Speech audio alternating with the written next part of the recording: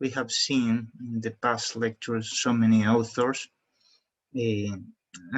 Probably you have in your mind so many ideas, probably contradictory ideas, and so many questions about how to put all these authors together, if it is possible. Well, today we will try to do that, to develop a complete theory of the law, taking advantage of all the things that we said and about those authors of the last lectures. And for that, the structure of this lecture or learning objectives today will be first to give you some key concepts in order to have the basis to develop a big theory of the law and to make you possible to understand better all authors. I think it will help so much. Second, I will explain the complete theory of law, the theory of the inverted pyramid. And then finally, we will talk about all the classical authors that we have seen in the last lectures and how you can compare these authors with the new theory, and you will realize that all these authors have some truth, and probably you will take advantage of the last lectures to understand better the law with this complete theory of the law. So let's begin with our key concept. First, learning objective. So I will try to get from the Greeks some crucial concepts, notions that they developed in the past. And the first concept that I want to talk about is about being, and then what is the legal being. And it's very, very important to get that notion, no? And it's so easy, no? What things have been, no? The things that have existence. Being is a very deep notion, a philosophical notion, and I will get that philosophical notion from the Greeks, and I will use in the field of the law. So we can say that legal being is what exists in the law, in the legal system right now. Well, it's not so hard to understand this because we can put some examples. For example, in my case, what kind of rights I have now? Well, I have the right to give a lecture now.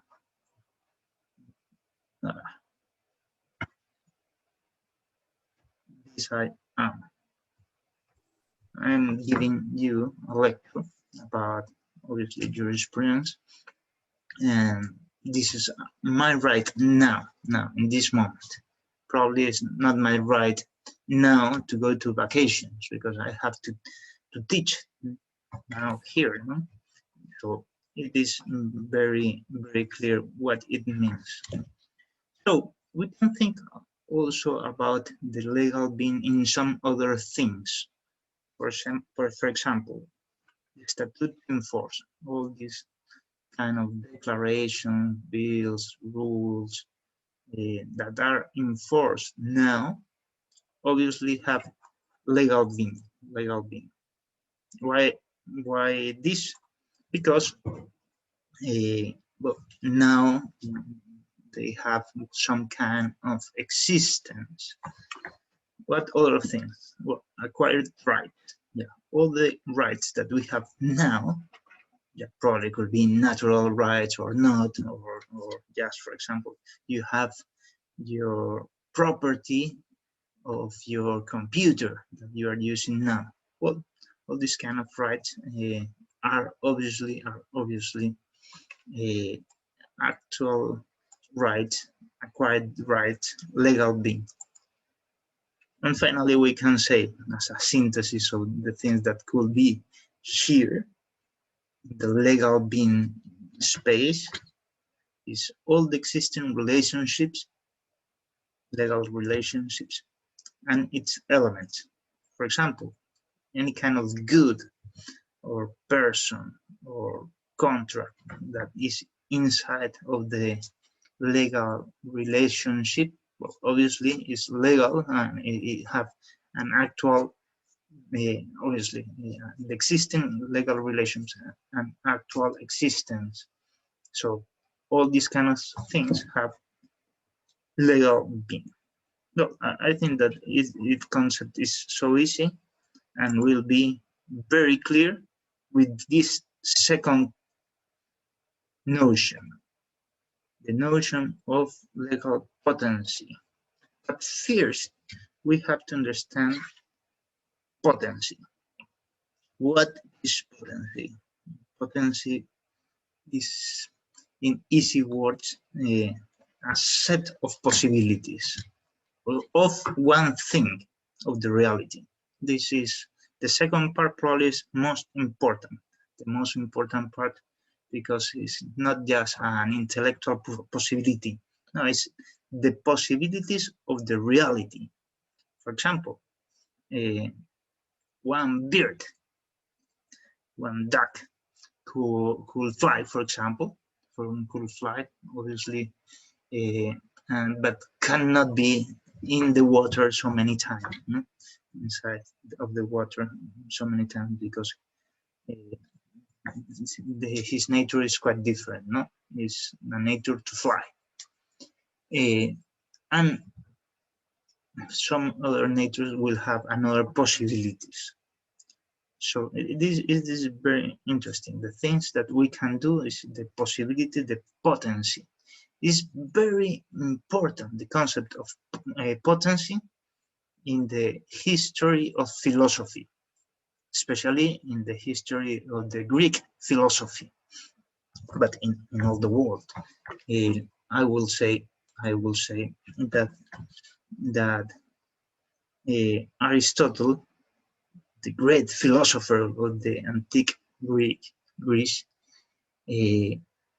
resolved so many problems in the philosophy with this concept, potency. So it is very important to understand as much as we can this concept, because it's a crucial concept. Probably is the most important in this lecture today.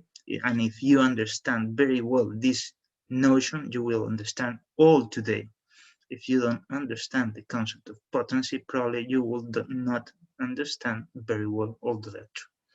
So let's try to think about the potency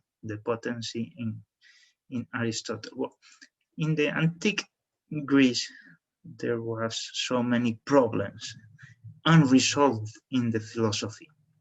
For example, the problem of the movement. Second, the problem of the time. What is the time? No? And third, the problem of the knowledge. For example, three incredible problems that nobody were able to resolve. So what is the problem of the movement? No, the problem of the movement, well, seems to be not a problem at all, but obviously there is a big problem, because for sure you will remember Parmenides and Heraclitus. One of them, Parmenides, said that all things are first thing, no?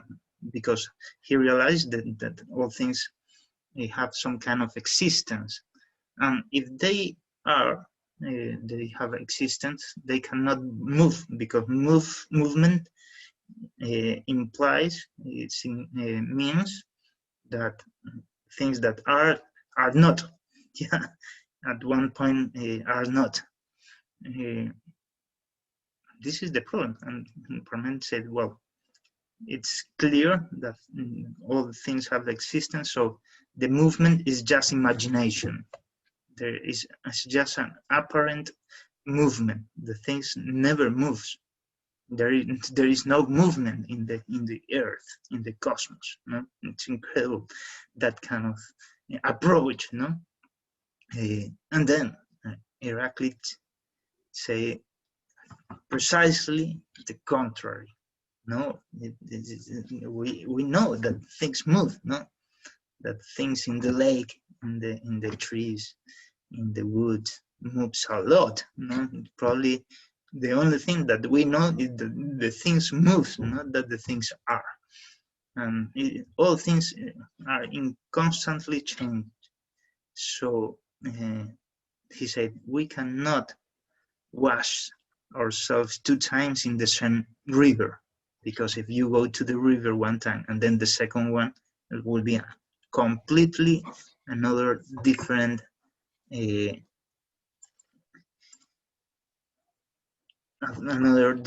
river. So who has the reason? It's incredible, no? So Aristotle, well, there was a problem for many years about movement or not movement. Aristotle say, well, there is a middle point between those 2 theories, and the middle point is the potency, a new concept in the philosophy, potency. Well, obviously we know that things are, but the things that have some kind of existence also have potency, the possibility to change, the capacity to change. How? If they receive some cause, some agent cause, some movement from outside. So in this way, if you move, then this thing will move.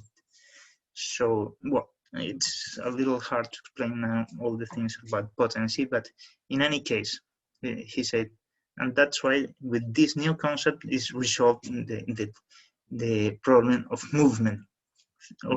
Both have some reason, but you have to put another key concept in the middle, the potency, to understand that things are, but have the possibility to be another things. And that's why the change is possible and the movement is possible. And with this solution, he resolved also the notion of time. Because what is the time? What is the time? No? Aristotle say the time is the measure of the movement. That's all. Bika. You know, Fidel. Well, please mute all yourselves. Okay.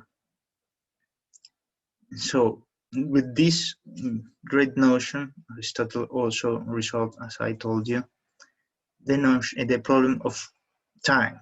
What is time? The measure of the movement. You can measure the time, yeah, obviously, or you can see how many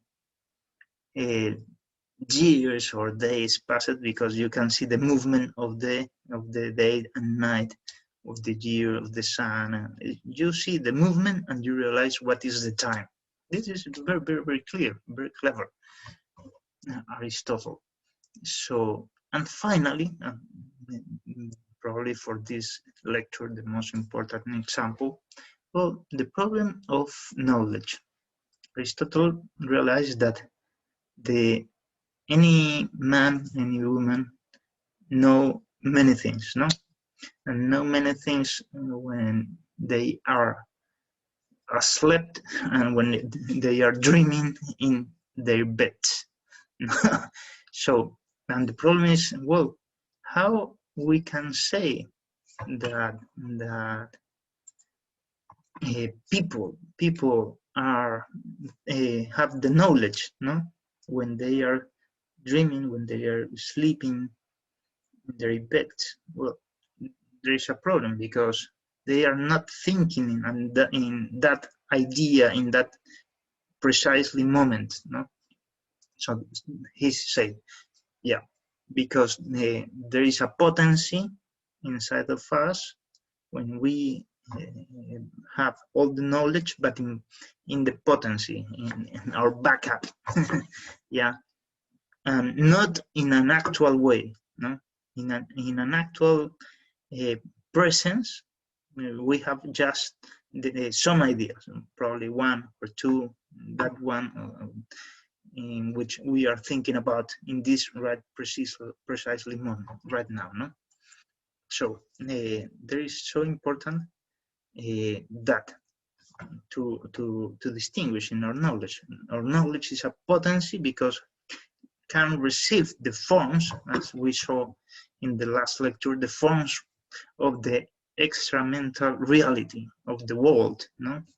And we have all these kind of forms in our backup with the light of the intellect also, but we have them there. But we have in some way like a potency, no? And when we ask to be present, they receive some actualization.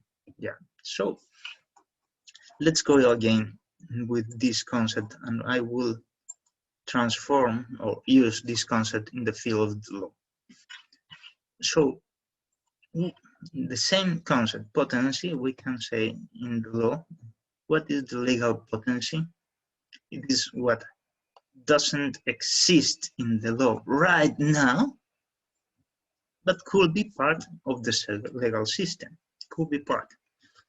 For example, well, in other words, in easy words, right? It sets legal possibilities. And the second part, the most important part, of someone or something. It's not just a possibility, no, it's a possibility of someone or something. Someone. For example, in my case, I can go on vacations, no? I can drive a car, park in a parking lot, or swimming, or go in so many places, take photos, play tennis, and ride a bike, and obviously there are so many ways that I can cross, and obviously I can sleep. But not now, because now I have the duty of teaching this class, this lecture. So it's, well, let's be here just for a minute. Now I have not this right. All these kind of rights are, of course, mine, but not now. Probably when I finish my lecture, I will be able to do that, all these kind of things. Yeah. And I said it's a set of legal possibilities of someone like me, or something. For example, with your mobile, you can sell your mobile, you can rent your mobile, and you can do so many agreements, contracts with your mobiles. And probably you cannot do with your mobile some other things, because you cannot, for example, lend or borrow any kind of mobile to fly in the air, because the mobile doesn't work for these kind of things. Yeah, it's just to call, or if it's a smartphone, it is to do another electronic digital things, but not to fly, not to travel, for example, using a mobile like a ship. Yeah, in the ocean. No, it doesn't work like that. It's not a possibility of the reality, and it's not, obviously, then it's not a legal possibility neither. So we have these two first key concepts. And the third key notion is very easy if you understood the things that I have said. That is the concept of legal space. legal space you can see in two colors, because it's just a sum of the things that we have today. No, it's a set of legal possibilities, current and potential, of someone or something. So it's just the legal being plus the legal potency, as you can see in the graphic, in the slide. Well, okay, I think that is not so difficult, this, and I will go to the fourth key notion. The number 4 is the legal space. We said something about the legal space, and now with the illegal space. What is the legal space? Precisely the contrary. It is a set of unfair or unjust possibilities of someone or something. So here we can find all kind of crimes, contractual breaks, false testimony, and so many things. For example, you can see in the street so many signs like that. Not enter. Well, it is forbidden. No, if you enter, well, you will see, you will be in an illegal action involved. So many signs that say, well, please use any kind of bombs, or not allowed any kind of war, or please don't be there because there could be risk actions or risk things. And well, you cannot use guns in so many places, obviously. In some other, yes, you can do, and as in Texas, for example, or in the United States, no. Or it is also in so many places banned to send spam, unsolicited emails, no, that we receive every day. We see every morning, oh, how many people is writing to me today, no? And then we realize that there is just some companies that are trying to sell in their goods. And well, we delete instantly all this kind of emails. Obviously, it's forbidden to deal with some kind of drugs, or to skate, or to do so many things in some places also, and absolutely forbidden to harm the husband or the wife also should be the same. You know? So it is a very interesting concept of illegal. You know? Probably the exact translation of this could be anti-juridical. Anti-juridical is a key concept developed by von Jhering more than 1 century ago. And it is very, very interesting because von Jhering developed the theory of the crime, how to put in prison one person, no? So he realized that there should be a new requirement in the codes, no? Because why? Because at that time, 1 century ago, in the criminal code, the legislator only asks 3 kind of elements to put a man in a prison. No? First, to commit any crime, you have to put your will. First thing, your will. It's very important, your will. Second, you have to be guilty. Not only your intention, but your bad intention, no? Or your negligence, acting in some way. Then, third, it must typify it in the code. If that conduct is typified in the conduct, you will be in the jail because you are guilty. You fulfill all the three requirements of the law at that time, of the rule of positive law. So, but von Jering realized that there could be any problem because, for example, I can kill another man because I want to defend myself of an aggression. He's trying to kill me, I will try to stop that man, and at the end of the day, I can kill that man. So what happened with that? If there is only three requirements, three conditions to be punished, so there will be a problem. He said, well let's create a fourth condition, a fourth requirement. And that was the notion of anti-juridicity or illegality. It must be against the aims of the law.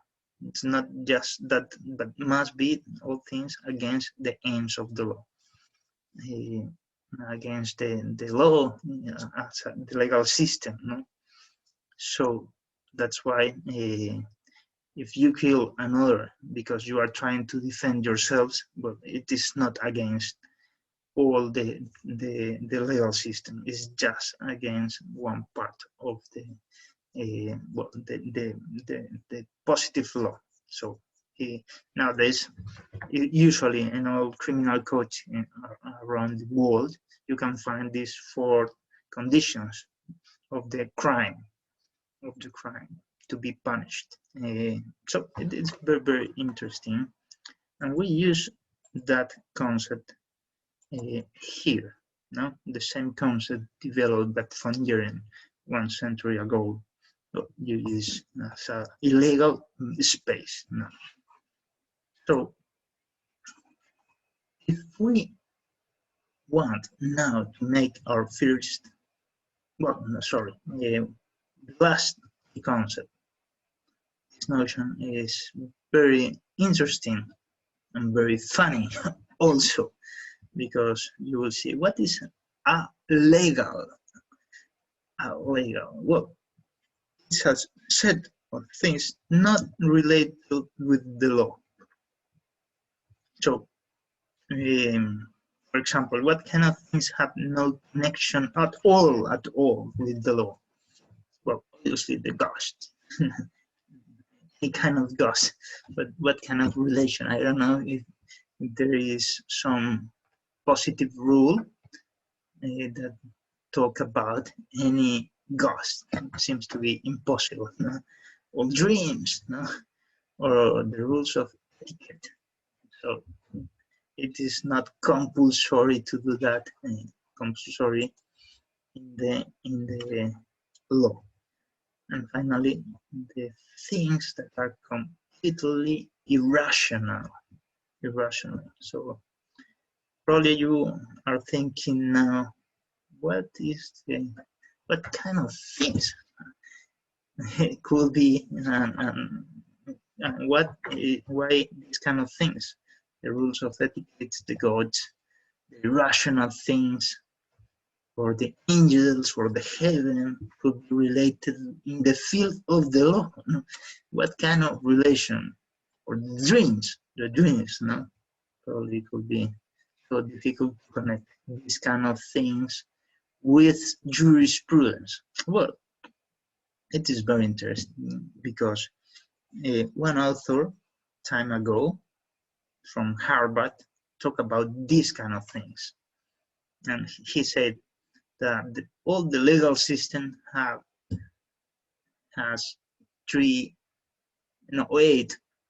eight point of break.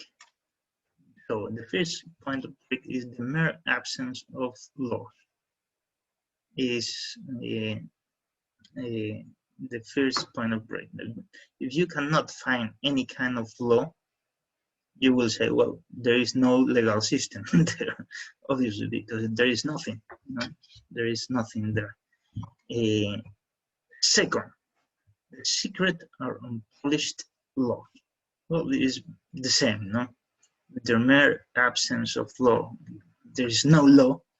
You cannot say this is legal or this is illegal. This is fair or is it? No, it's not. It's nothing. It's nothing. Obviously, published law are not law at all. You cannot obey the things that you don't know. No? First, you have to have some notion about what could be the law, and then you can obey that. No? So the secret or unpublished law are not related with the law, and we will put that in the illegal space. Third, the incomprehensible laws. Incomprehensible. Yeah, if you cannot understand, you can read the text, the statement of any law. So that you cannot understand because it's so difficult. No? Probably you have not to obey that. Yeah, for sure, because you cannot obey the things that you cannot understand. Then, third time, retroactive legislation. Because well, think about the law that will be enforced in 20 years. But it's not today. Nobody knows nothing about that law. Obviously, we cannot obey that law because we have to know the law in order to obey the law. And so, contradictory laws with each other. Yeah, you find two laws of the same level that are contradictory, and you cannot resolve with any kind of antinomy rules like the prior and posterior rule. So you will say, well, there is a contradiction. Which one I have to obey? No one. Well, you can say which is the fair or unfair, just, unjust rule. Well, not because, well, if both could be, well, probably there is another kind of problem there. There is nothing to obey at all, probably, or the same, no? For the same reason, the contradictory mandates of various authorities. So it's the same reason. It's the same reason. If you cannot obey, you cannot obey two authorities that are asking the contrary. Yeah, you have to follow one. No, but as such, we can say there is no law at all. And the laws that require impossible actions. Well, the same. Nobody is asked to do what is impossible. No? Any law can ask you, for example, to fly, to fly with your hands. Obviously, you can ask, well, take a plane, buy a ticket, and go outside. Yeah, but not fly by yourself because you cannot. No? And finally, for the same reason, probably, the highly unstable laws or regulation. Well, it's the same reason. Sometimes it's happened. No? I remember in my country there was a law for make a company, and you have to give so many forms and balance and kind of things to the authorities to approve the constitution of the company. But in the first day, well, they say, no, you need a little more things because the law changed. And you go, and we went the next day, and they said, no, now the new rules are different. And the third day, no, sorry, we changed the rules, and now you have the new rules, no? So the highly unstable laws or regulation are, well, obviously it's impossible to obey these kind of things because it's highly unstable. And it's very, very interesting, this guy. For sure you have heard about Lon Fuller. I think probably some of you watched the video that I gave you the link in the Moodle platform. So, because explaining the debate of this guy, Lon Fuller, with Hart, Hebert Hart. He said, well, there should be the morality and a strong connection with the law and the morality, because all these kind of things are moral standards. And the answer of Hebert Hart was, no, these things are not at all moral standards. Yeah, and that's why I don't think that should be any strong connection between, he said, hard, no? That's why there shouldn't be any strong connection between law and morality, but just a little connection, no? A minimum of natural law. So it was a big debate with so many papers going back. So there was a great debate. For sure, some of you have seen the debate in the video that I showed to you. But now we can say, well, I don't think that these kind of things are moral or immoral, because you cannot say that these things are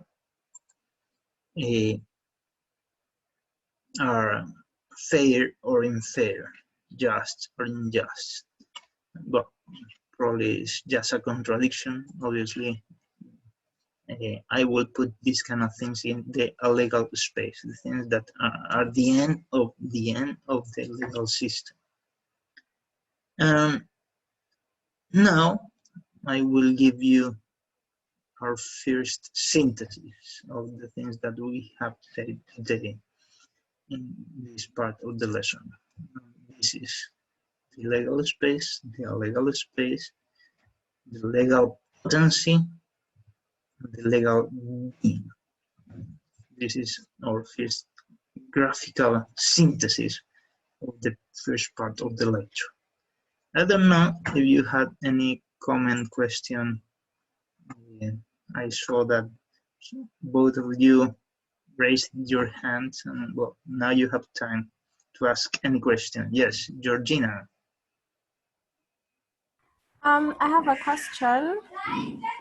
Sorry about the noise in the background. My question is, what's the difference between certain contradictory laws with each other and contradictory mandate of various authorities? Is there a difference between those two? Yeah, probably in some way you can say the same. But well, this is just a little thing that probably could be a contradictory laws of the same authority. Yeah, that is the thing that you can say, no? That, yeah, more or less is the same. Another.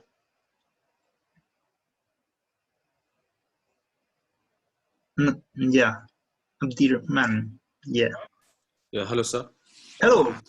Yeah, is it accurate to categorize religion and culture in the legal space? The question is how to categorize in the legal studies religion and culture. Yeah, religion and culture in the legal space.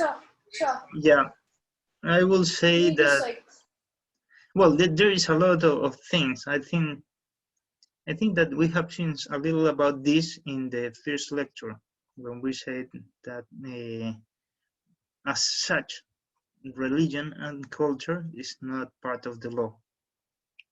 probably some part of anything in the cosmos, in the universe, in our behavior, have some legal dimension, and probably the culture can be connected in some parts, but as such, not. As such, could be in the illegal space, yes, probably could be, but some part of the culture could be, another religion could have legal consequences. Yeah. Raised funds Yeah, for okay. charitable organization. Okay. He is a very kind man. We will see a little On the more first day. after that. Okay. Another one.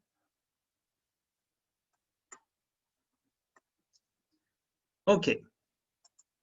Let's go ahead with the second part of this lecture, the inverted pyramid. So, or the complete theory of law. This one. This new concept, 5 notions that I gave to you, we will try to explain now the legal system. And the legal system, we will see that have some levels, natural levels. And first, obviously, I will talk about the level 1. What could be the level 1? Well, the level with more potentialities, possibilities. That is the extramental reality. The things that are outside of our mind. Yeah, it's very easy to understand that, because what kind of things we can find there outside of our mind? Well, so many things, all the environment, and so many people also are outside of our mind. They exist without our mind, without our thinking. And each reality has, well, obviously, his, her, its current being, his, her, its potential future. Yeah, all the possibilities and the things that are existing now. We said no.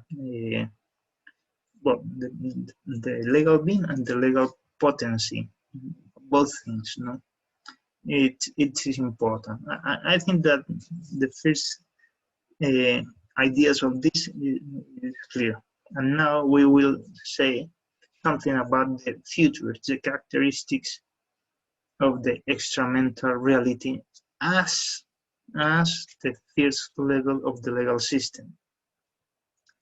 Well, the first characteristic of this set of possibilities, legal possibilities, because we are talking about the legal system, no? Is the necessity. So we can decide, for example, in the nature, so many things.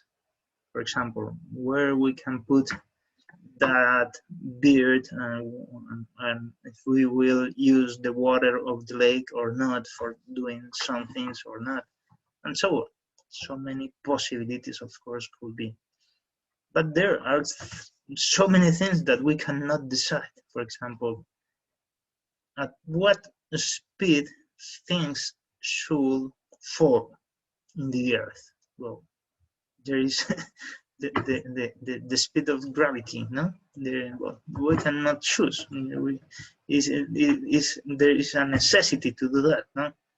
We cannot trial the world, the earth, because someone falls from a very high place and passes away because it was hurt so deeply because the gravity speed. Yeah, it is a necessity of some rules in the world. No? All the physics laws, well, we cannot choose that. There is a necessity in the world, no?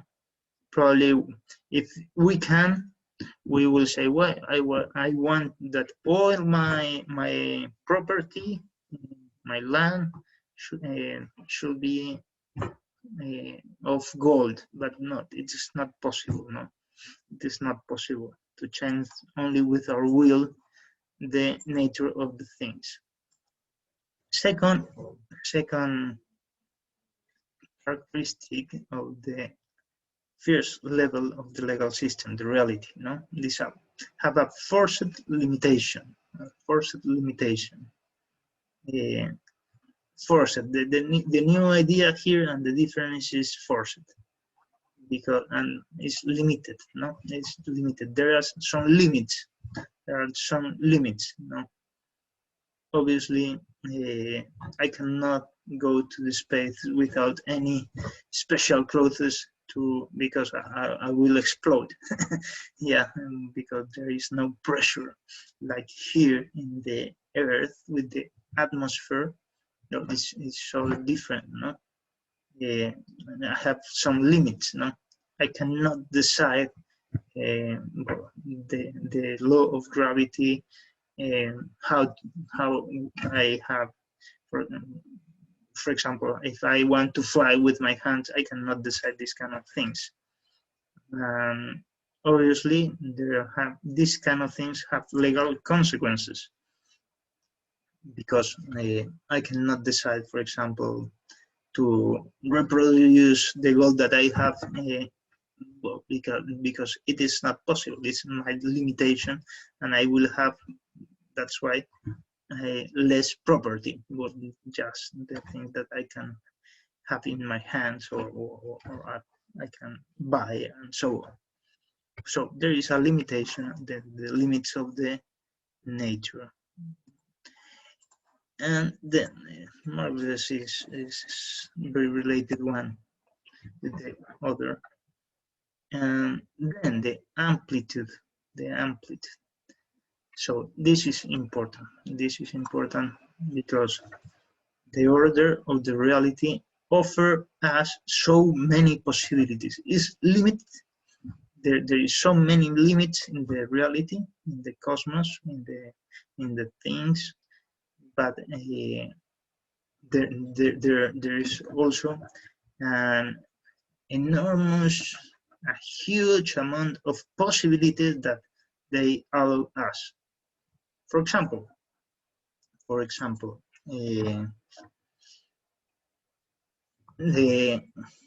oil or the gas. What kind of things we can do with oil? No? But nowadays, so many things we can do. Well, obviously, put the oil in some engine, in some motor, in cars, in so many industries, well, factories, and so on. So, but 1,000 years ago or 2,000 years ago, we didn't know all the possibilities that we can do with the oil. Nowadays, also with clothes, some kind of clothes, 3D models, and so on, with plastic, and that plastic is you have plastic with the oil, obviously. No? So the oil offers us so many possibilities in the reality and also in the field of the law, because now we have, for example, so many contracts, so many agreements about, well, sell and buying, well, the clothes with this kind of oil, or the transportation of the oil in some tubes, or all the dealing with the oil with the ships. And well, nowadays there is a subject about this kind of agreement and the things that you can do with the oil. It's incredible, no? there is a subject, no? That in 2,000 years ago we didn't know so many possibilities, and that's why the only thing that we can do that they can did in the past 2,000 years ago is just selling for making a fire. So there is a huge amount of possibilities also in the legal system that the reality, the extramental reality, offer us. So, and then we will say also and especially that the extramental reality have some order, and it is very important. It is not only chaos outside of us, as Kant said. No. For sure, if you open your eyes, you can see so many, well, so great organization in the world, no? The macro world, yeah, in the stars, and in the micro world, no? In any atom, in electron, well, there is a lot of organization there, no? It's incredible, and we just have to discover that kind of organization, and that's why the science is developed. It is very important, no? How is organized the world or nature, no? Because we will find in our nature some organization, for example, that there are potencies in our nature that can achieve greater goals, can achieve more than others, no? And that's why with this idea, we will say, well, there are higher potencies and lower potencies, and so on, because there are some order inside of us and outside of us, you know, in all the nature. It is very important to realize that. I don't know if you know the history of the word firmament. Well, if not, don't worry, I will tell you. The firmament is an antique word. Probably the Greeks have something similar. Obviously, the Roman citizens have. And time ago, think about 1,000 years ago, 2,000 years ago, there was no electric light. What happened if you have not electric lights in the night? Well, all the city, all the town is very dark, very obscure. And if it is very obscure, then you will have a show every night, the show of the stars. When the sun falls, well, you will see every night, well, all the stars, because it's easy to see the stars with no light in the earth, no? Probably the antique man used to see all the Milky Way, all that kind of incredible stars all nights. It's incredible, no? And that's why they say, well, it's so different, the heaven in the night than the earth in the day, no? Because in the day we see a lot of movement, no? But in the night we see that all things are firm, are stable, doesn't move, and each star occupy the same place every night, no? And that's why it's firm. Yeah, that's why they told firmament. There is an order. There is an order. For the antique people, the first notion of order is the heaven, no? Because all is stable, all is organized, very well done, all with light. Well, That's the history. It's just to show you that the universe has some order. The experimental reality, it's obvious an amplitude order, but some order at all. Well, second level of the legal system. Well, I don't know first if you have any question about the first level. Don't worry. But well, let's go ahead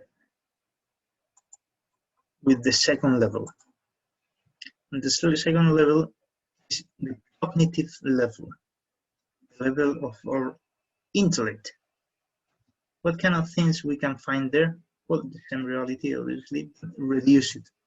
The possibilities of the legal reality, but reduce it. Reduce it.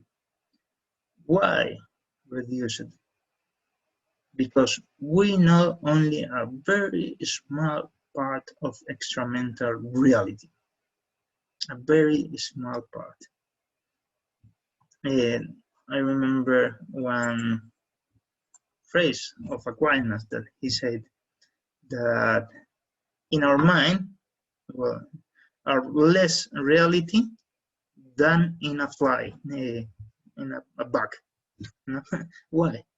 Because when we see a bug, for example, fly, we just see the shape and the sound, but there are so many forms, quite a lot, an enormous amount of forms inside of the fly, the bug, that we don't realize that exist. No?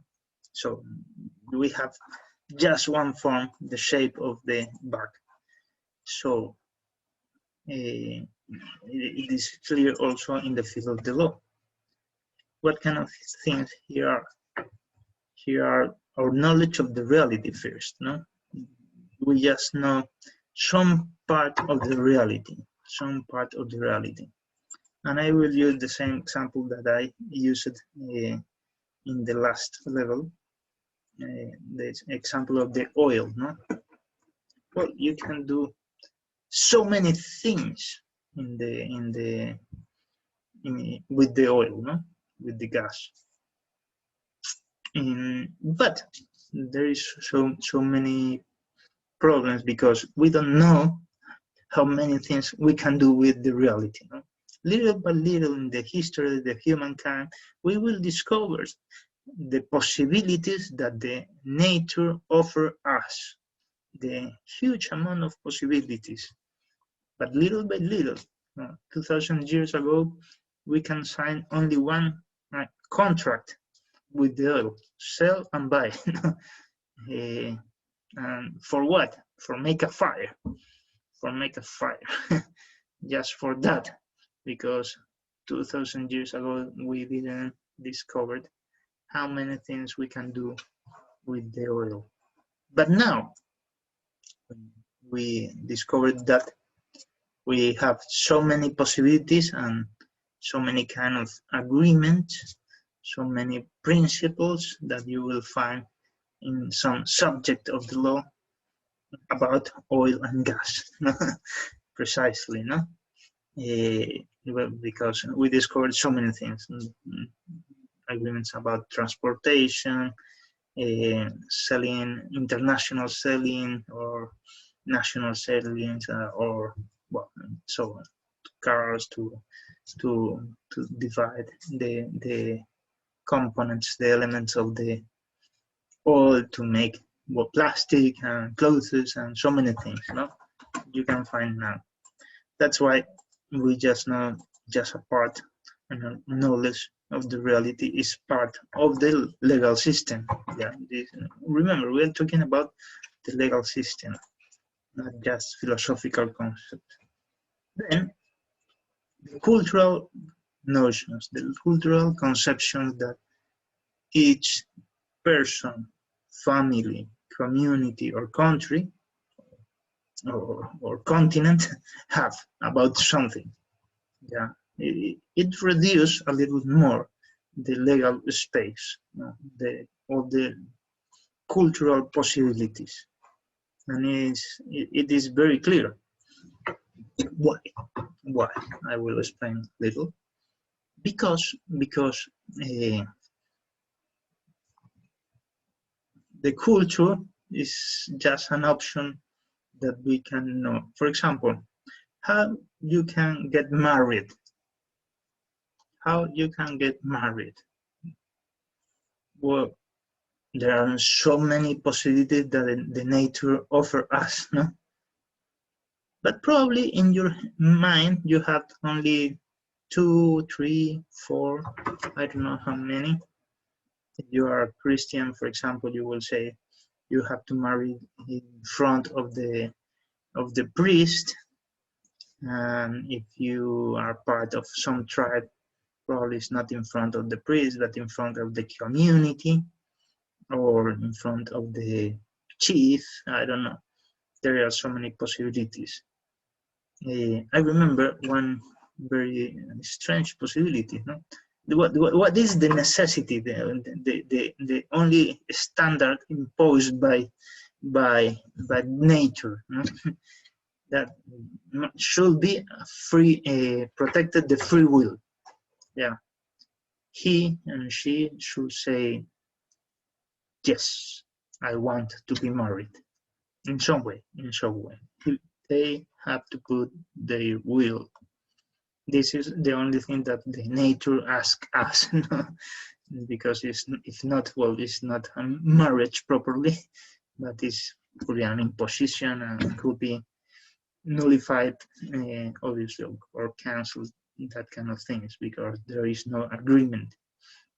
So, but the way of celebrating the marriage could be very, very, very different. And the custom that I want that I remember now is one of India. The one tribe of Indian, very strange way of marriage, that the woman never says yes. It's incredible. Yeah, the men say yes. But there is in the celebration, in the feast, the festivities, one moment when all people have wine in their glasses and cheers, no, and make a brindis between them, and in that precisely moment, the woman can throw the wine to the floor, and with this action, she could say, no, I don't want to be married. It's the only possibility that she have to say no. So they have to take care that all things are well done.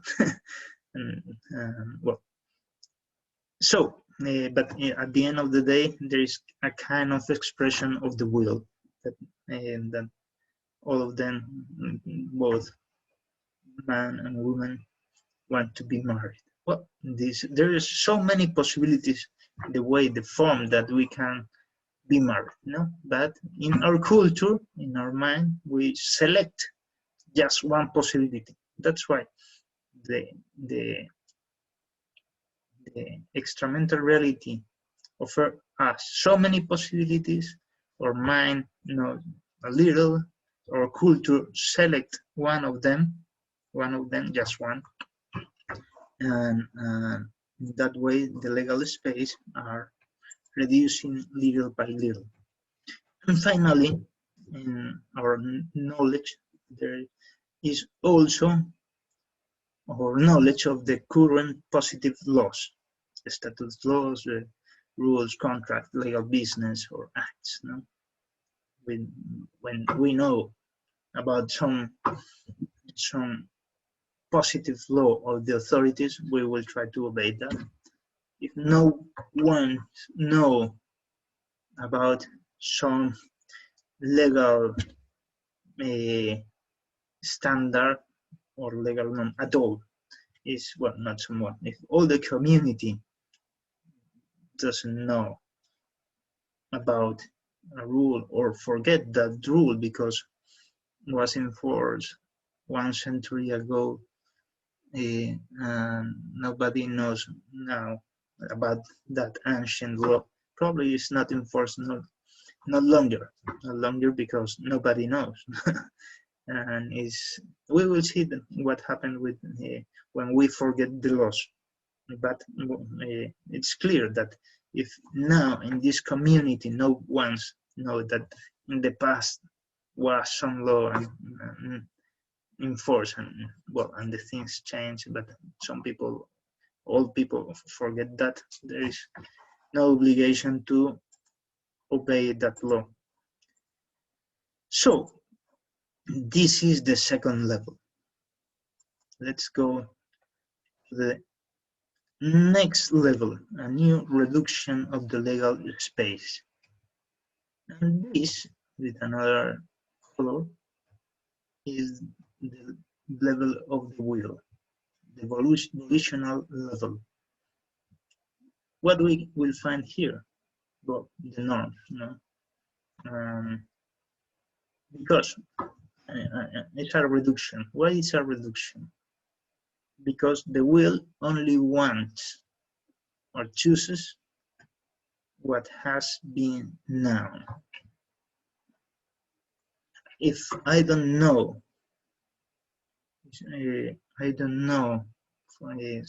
something, I cannot put my will there.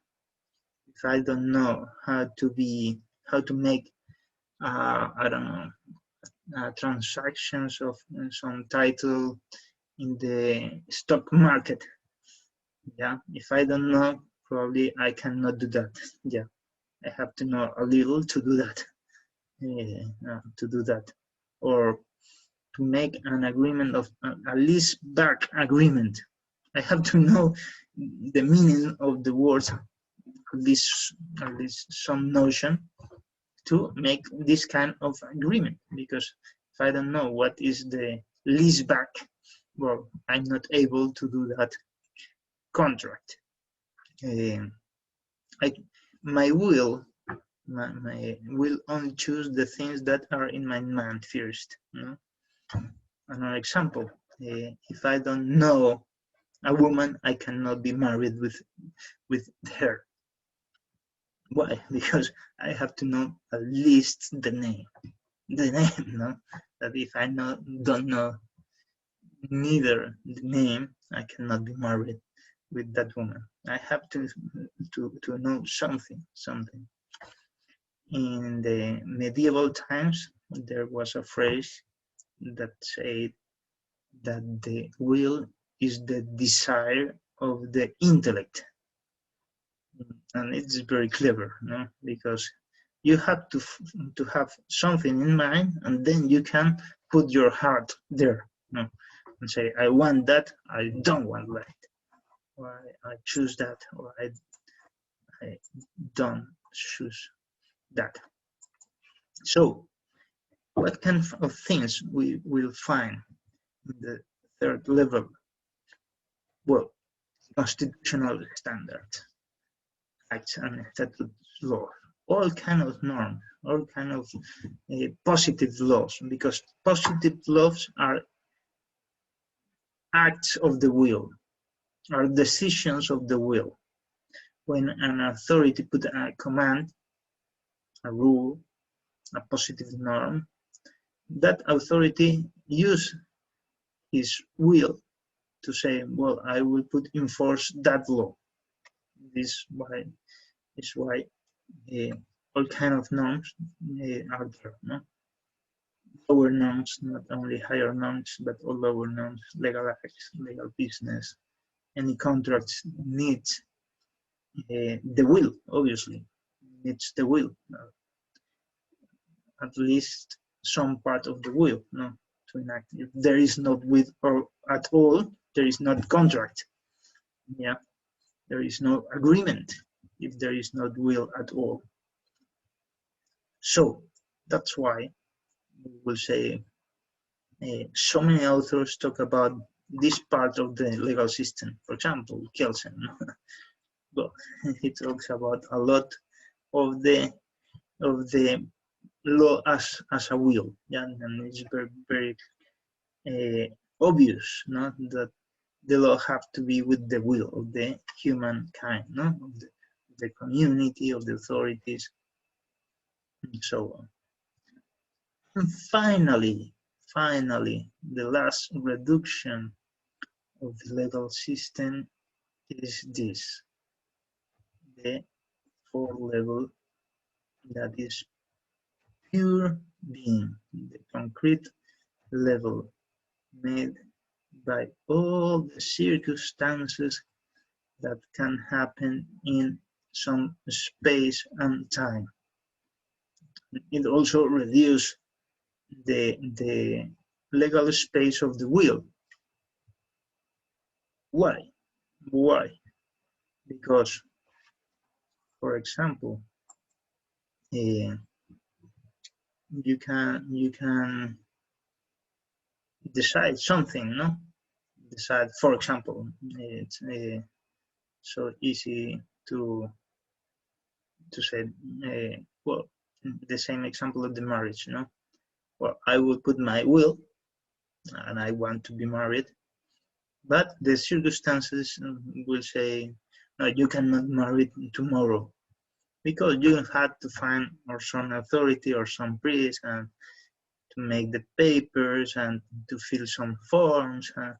Well, in every place and every time, well, the circumstantial things will say, well, you have to marry at least in 2 weeks because something will happen, and in 2 weeks you have to marry here and not there.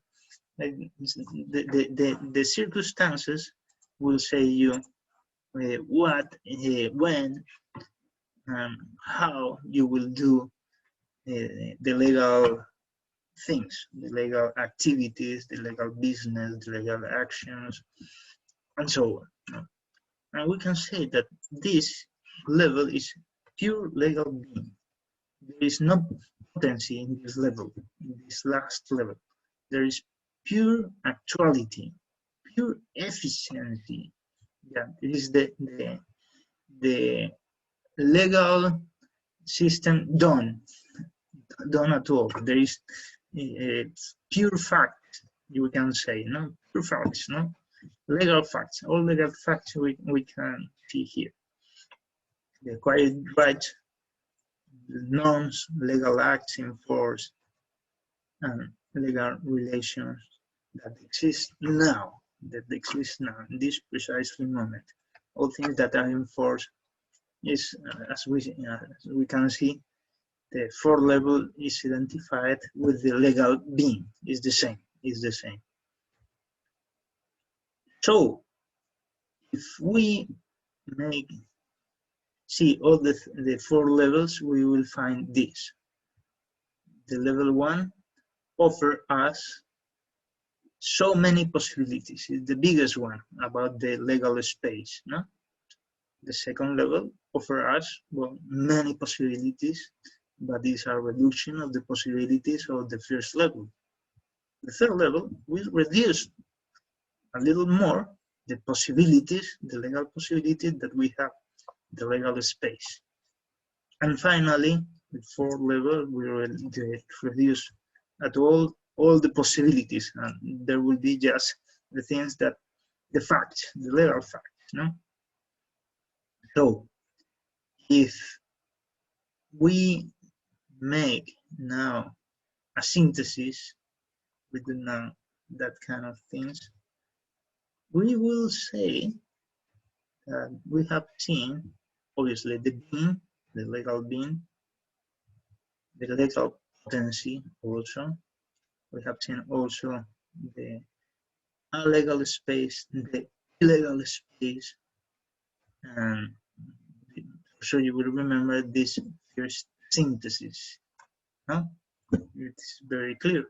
Now we will add 4 levels, and that's it, the inverted pyramid. The inverted pyramid.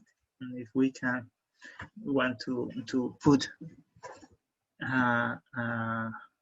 well, the description of each level of this inverted pyramid, a cone probably, we will say what the first level is the reality with the person, the things, the environment, but not only, see, here is not only the being, it's the being and all the possibilities that the reality offer us. That's why is here the legal space is the biggest one, no? Second, the level of the knowledge, no? Here we will find the knowledge of the reality, the cultural conceptions, the knowledge of level 3. And what is in level 3? Well, all the norms, all the acts, all the legal business, legal acts, higher and lower norms, treaties, constitutions, acts, regulation, policies, and so on. No? And finally, in the fourth level, we will find the legal being, the quiet rights, the norm, legals, acts, in force, just that one, those ones that are in force. And also the legal relationships that exist right now, that have actual being.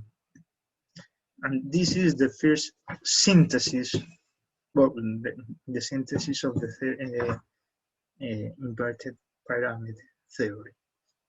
I don't know if you have any questions, any comments, any ideas that you want to share, because this is the moment about this part. Yeah, Arthur. Hello. Hello. I was thinking about the applicability of this complete theory of law. Yeah, we will see. And we will. Okay. But I suppose I'll still ask my question. I was thinking about it in the context of constitutional implementation. You may or may not know that we were celebrating the 10-year anniversary of our constitution yesterday. And I was wondering, could part of the cause as to why some of the standards it sets out are not implemented be the fact that we don't have, for instance, we don't have a good system of data collection that now allows us to grasp level 1, then apply. Exactly, and that is the problem. Yes. Okay. Yeah. You're right. You're on the right way. This will give you, for example, the possibility of develop the constitutional theories using the cultural notion of each culture. And obviously the first level, the reality, you have to connect the reality with the legal system. And that is the main problem of most of the last authors that we have seen in the last lectures. For sure you will remember that there was a problem with the connection between the knowledge and the reality, no? Until we saw that in Kant, and then again in Derrida, and then again in so many Austin and so many authors, no? There is a problem. And that's why it was so important the last lecture, when we realized that the knowledge knows the reality, is able to know the reality, no? And that's why we can connect now the reality with the knowledge. And that is the most important part of the theory. Well, okay, I will give you now 10 minutes, a break of 10 minutes to do whatever you want. Now we will continue with this theory of the inverted pyramid. I think that is more complete than Kelsen's theory. Kelsen's only talk about the level 3. Well, and so many great things. I think that the concepts of validity, of efficacy, well, more or less level 4 also, but especially level 3. And this is a complete idea. So now we will see one example to understand a little better this idea. The same example that we use, and we will call this the marital problems. So what kind of marital problems could be? Well, this guy needs to find a woman to be married, to get married. And in the reality, he will find a lot of them, billions of women. Yeah, probably it's too hard to find one in a billion. So it's very difficult, it's a problem. So, but on the other hand, he doesn't know billion of women. He just knows some of them, probably 1,000 women. 1,000 women. I don't know how many men or women you know, but probably could be 1,000, 2,000. I don't know. And that is the public, the people that he knows, and the only possibilities to choose one of them is first knowing any woman. No, and in that group, 1,000 women group, well, he should choose one. No? And which one he will choose? This one. No. Finally, he will put the will in the contract of the marriage with just one woman. Obviously, he have to conversate and say and see if the other is also interested in this contract, so he will be able to get married with that woman. And finally, as I told you, he will find a way to get married in some space and time. No, if he is a Christian, probably he will be in front of the priest or in front of the Christian community in the church. In any case, no, this is the circumstance. If he is not a Christian, probably we will find the way to get married in the way that his culture explain him how he should be married. So this is an example, and it's example of one person. Remember, the legal space, the legal potency, the legal mean. We can talk about someone or something. Well, we can talk about also of all the country, all the legal system of one state. Let's think about, for example, another example about an state that is recently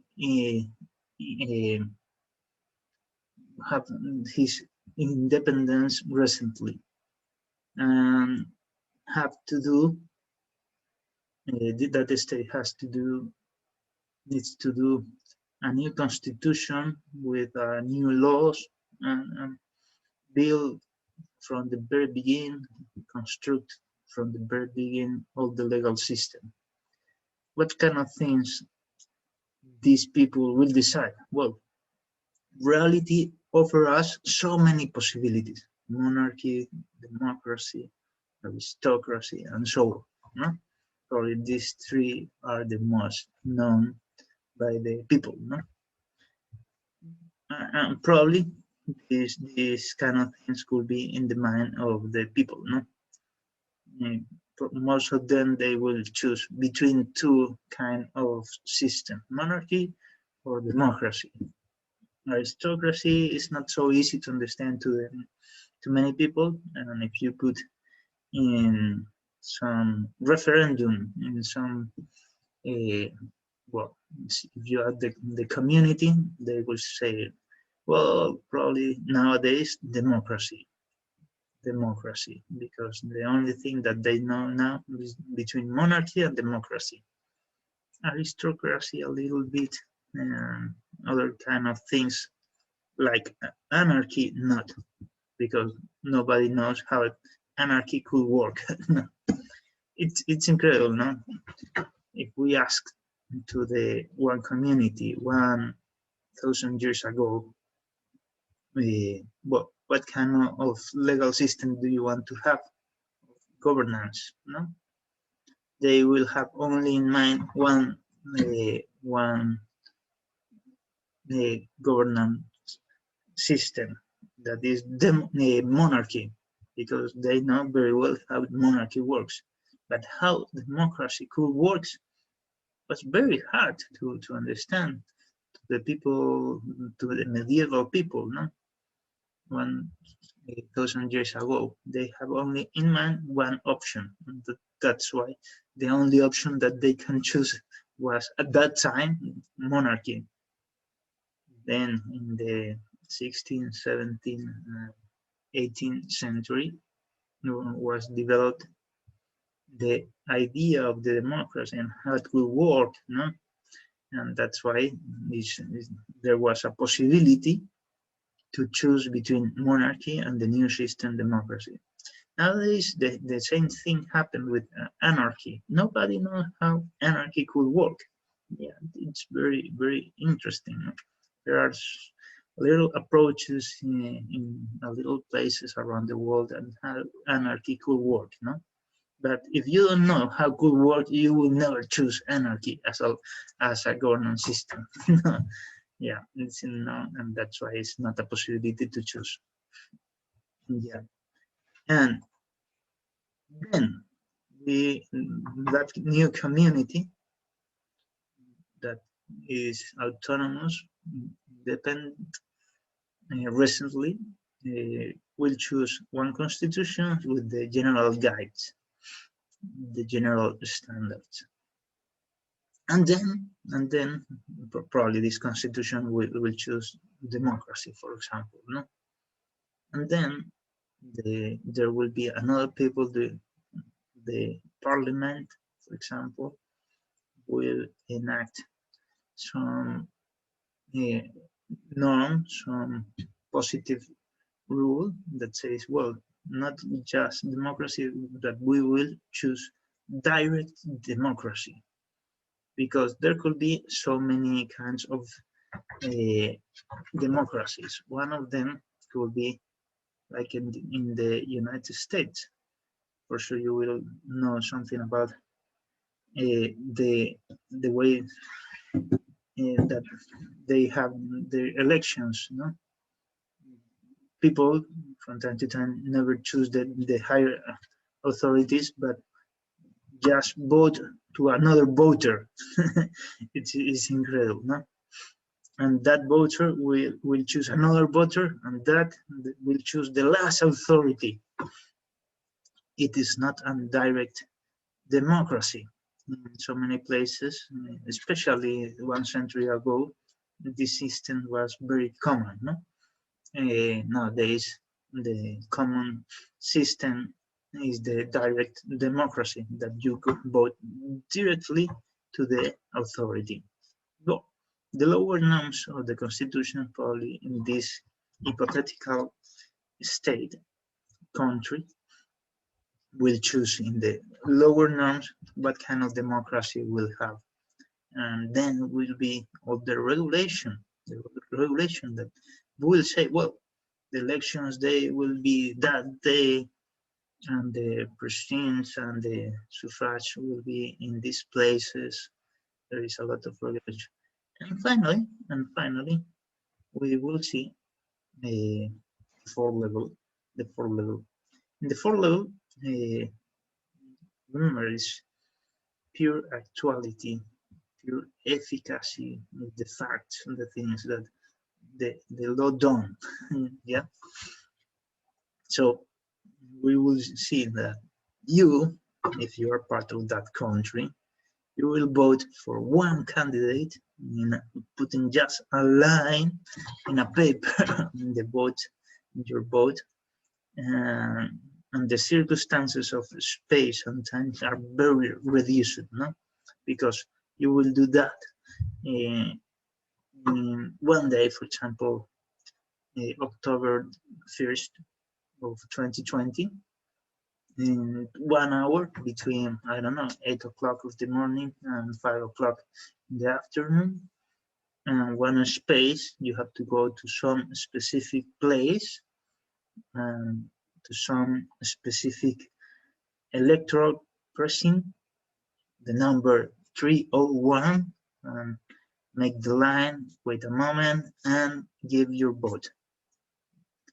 In the reality, in the being, that is democracy. No, democracy is just a line in your vote. It's incredible. And in your mind, probably democracy here is so many things. You can do so many things there. No, the reality offers us also monarchy and anarchy and all kind of system. But all the idea of democracy at the end of the day is just a line, the fact of voting. It's incredible, no? This will be, this is the second example of a country and the gradual reduction of the legal space in the inverted pyramid. Well, it is just a second example to explain a little more this kind of theory, because now we will see some classical authors and the consequences of this theory in the field of the law. So we will see this same cone or pyramid, but especially one of those authors that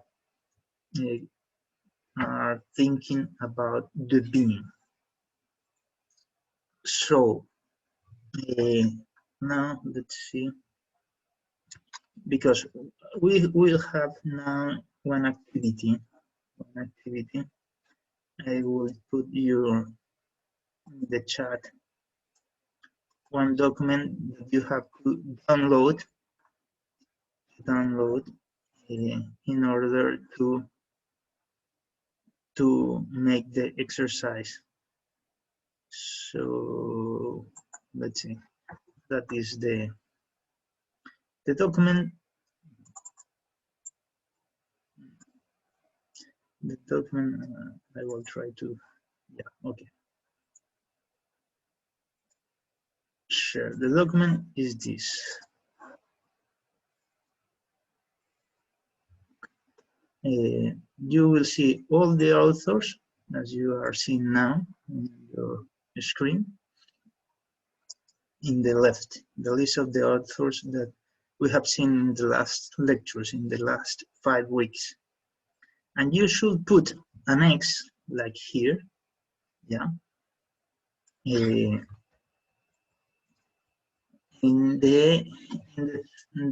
Each author is very focused in one level of the legal system. One of them in the knowledge, one of them in the will, in the norms, and others in the facts. Obviously, the 4th level, and so on. No? And you have to put 1X. You can put also, for example, 2X or 3X in each author, because so many authors could speak about so many levels, not just one. But in this way, you will realize, well, if there is a complete theory of the law in each author or not, or what kind of problems could have, and how you can improve his theory. This is the thing. It is for you. It is not for me. But we will see at the end of the lecture which one of you have the best numbers of correct answers. No. So now I will explain you for one example, because then you will have 20 minutes to to do this work. Probably you can talk with any of your friends, but you have 20 minutes to do this work. 20 minutes, well, no, 15 minutes. So here's example. Which author talk about the being? But as I showed you, Malinowski. Malinowski talks about the being, no, the thing, the law as an habit, as a practice, as a fact. Yeah, probably he's only focused in this part of the legal system. It's not focusing the reasons that could be behind that is reasonable or not reasonable, just or unjust, or in the will of the people. No, it's just say law is an habit, is a fact. Yeah, and that's why he is only focused in this part of the legal system. Yeah, this is an example, and that's why I in this paper, I put the X here. No, Malinowski talks about just, well, I miss here because it's not there. The X should be here. It's just the facts, not the probabilities of the reality. There is another, obviously, it's different. No, he never talks about the potency, the legal possibilities, just about that. Okay. Now you will have a 15 minutes to talk about this and to fill that form and see what happened, if it's going well or not. So I don't know how many of you, which authors do you think that could be especially focused in the fourth level of the legal system of the being? Anyone wants to try? I think maybe HLA Hart. Hart, but Hart talk about so many things, the legal system, the intellectual things also. It's not focusing in this part. Rosalind, yes. Yes. Perhaps the realists. Who? The realists. Let's Legal see. realists. Well, could be Peace and Arthur. Yes. I think Max Gluckman. Marx. But I'm not sure. Yeah. Yeah. Arthur. Yes. I was thinking maybe the anthropologists. I don't know. The Which guys one specifically? Because anthropologists could be there so many, but probably you have the reason. Yeah. I was thinking Bronislaw and Gluckman.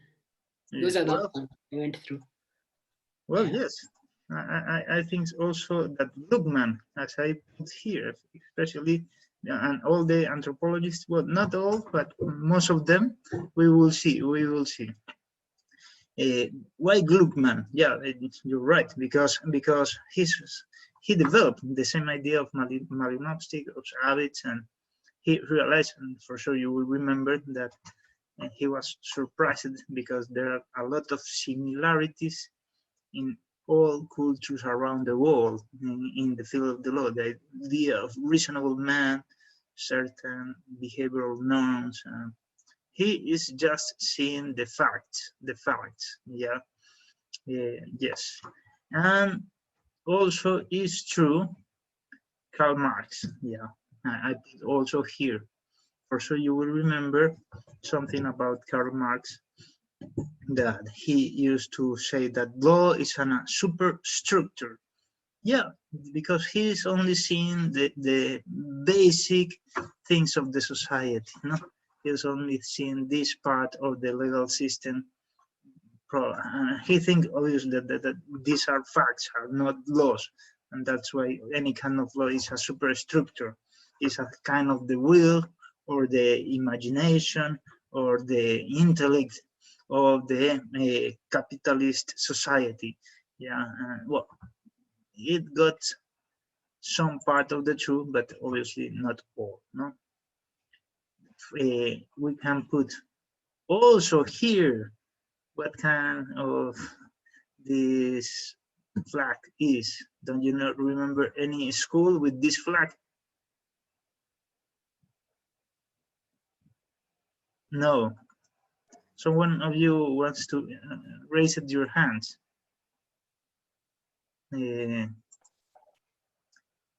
Yeah, Natalie, yes. The American realists. Yes, you're right. We will have here, for example, Jerome Frank. Jerome Frank. Yeah. These people, not all realists, but some of them are very focused in the facts, you know, and in the things that decide the law at the last moment. What is the law in each specific case? Well, he said, especially following the American realism, that law is not a matter of the rules approved by the parliament, but neither so many things. This is all these kind of things is a myth. It's the basic legal myth. He's again that myth, no? He's again all the abstract things. In the reality, without any potency, we will say, well, what is the law? The decisions of the judge and the decisions influenced by many psychological factors, as you would remember, the reactions to the women of married of the judge, of is she have red hair, or if he's a man, if he have some strong voice, deep voice, and so on. No? There are so many psychological factors that could condition the decision of each judge, and that's why the law will be decided in some way or in some other in each specific case. There is also Oliver Wendell Holmes, the most renowned author of this school. Well, he said, well, the law is not what the legislator says, not what the king says, but is what the judge says. No, why? Because it's true. It's true. It's true. It's because he's only focusing his attention in this part of the legal system, in the last part, in the fourth level. And for the fourth level, you have to have the reality, with the hypotheses and the comprehension of the intellect, specifically now here the intellect of the judge, and then the will of the authorities. And remember, he was a judge, and he used to apply the laws of the legislator. Yeah, and he used to apply the constitution also, no? And then, but finally, in each case, it is not enough. Finally, in each case, what is the law? The law is what the judge says. Each judge says. In each case, no? So he is realistic because he only see that part that is without any kind of potency, no? Of possibility, or is just the facts of the law. No? Obviously, he is part of this. And we can say that also this, then you know, yes, Vika.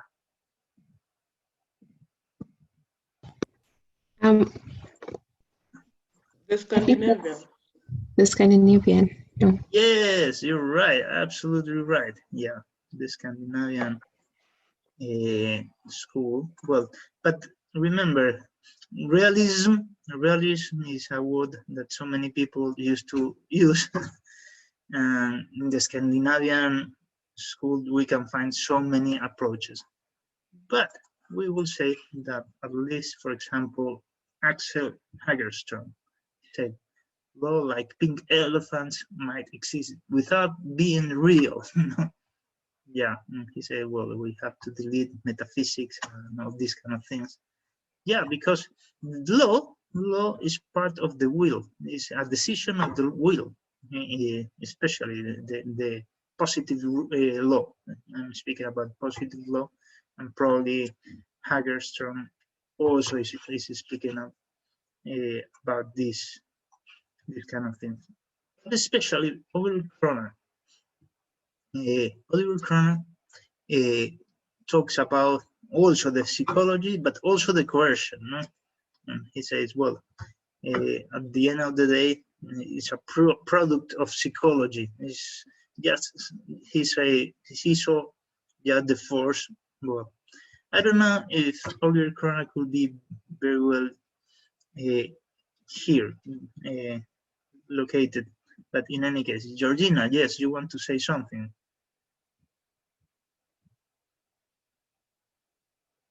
Question. Yeah. I have a question concerning what you're doing. So you're saying that all the realists, all the all the realists, they all their theory is basically only about the being. Not all the realists, but some of them.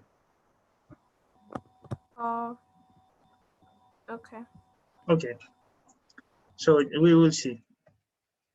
And also Lacan, that is the next generation of postmodernism. You will see the critical theories, no? He's talking about the unconscious, yeah. Which he said, well, probably the division between the subject, the identity, and the representation, there is, well, a great division. And why? Because we have the unconscious, he put the unconscious as the principal truth of the law, probably. Yeah. We have not will. At the end of the day, according to these people, we have not will, not real will, not real independence, real freedom. We work like machines, no? Action, reaction, action, reaction. If you put in some mind something, he will do that, and if not, he wouldn't. So at the end of the day, he said, well, what is the law? What is the law? Well, the things that happen in the reality, the facts. Remember, here we have only the facts in this level. We have not all the possibilities of the reality, just the facts. Yes, yes, peace. You want to say something? I have a question. Yes. Yes. For the example that we've given of Karl Olive Kroner, does psychology not show? I don't know if I don't understand, but I don't know. Psychology does not show the act of the will, like, because okay, so we talked about the red hair and the brunette. So because now I am a judge, and I think maybe the redhead person should be on the wrong, so I choose with my will to maybe find the redhead criminally liable, no, to have committed a criminal offense. So I don't know how. Yeah, at the end of the day, I put those authors here because they speak a lot about the circumstances, the facts that influence, that condition the law. As I told you, this part of the legal system is the facts, no? The circumstantial time and space things that could condition the law.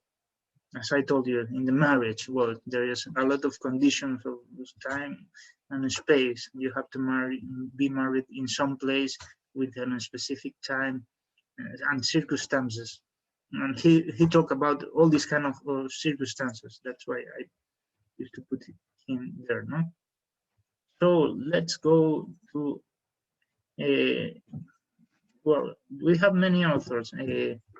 let's see little by little. This is a new one. This is a new one that is very interesting. Richard Rorty. Richard Rorty said, is a philosopher, said that human rights have nothing to do with reason and with it is just a product of sentiments, of emotions. No? Human rights are only the product of sad and sentimental stories of others. Why did he say that? It's very, very, very interesting. Try to understand Rorty. Because he said, I will give you a proof. What is the proof of Rorty? When all the human rights declaration were approved, well, after the Second World War. And why? Because all the people saw a lot of suffering people and a lot of people passing away, a lot of sad stories, and sad and sentimental stories. And what they did, well, the society at that time decided, well, we have to stop that, and what we will write and splendid and incredible declarations of human rights of what we want. But this product of sentiments, of feelings. Yeah. And I don't know if you agree with Rorty. Obviously, we can say, yes, all human rights declaration and many laws are products of sentiments, of feelings, of emotions, but not just that. And obviously, probably have some reason, and they will have some participation, some part on that approval. Obviously.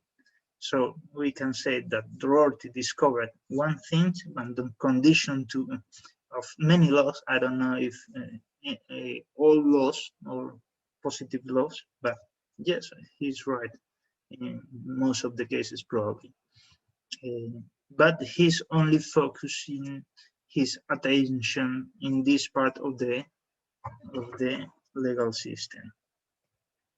So there are some authors, not so much, to talk about these two levels of the legal system. I don't know if you have discovered someone,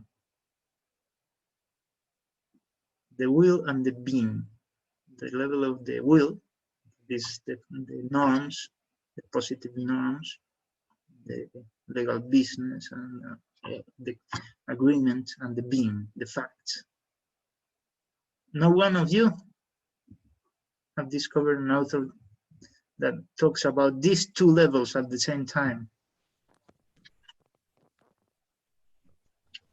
Oh, you remember this one, Eugen Ehrlich.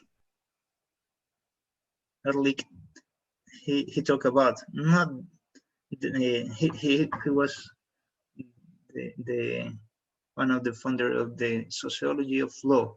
He coined the phrase, as you will remember, no? And he talked about not only the norms as decisions, no, decisions of the will, but also the living law, how the law is lived by the society, how is in the stock market living the commercial rules, no, the living law. So we can say, as a sociology, he takes care and describes very well how the law works in each society. He is a sociology author, but also he understands that norms are decisions. Decisions are part of the will. The decisions is very related with the will. Without the will, there is not any possible decision. Yes. Yes, Georgina, now you have the word. Don't you want to say something?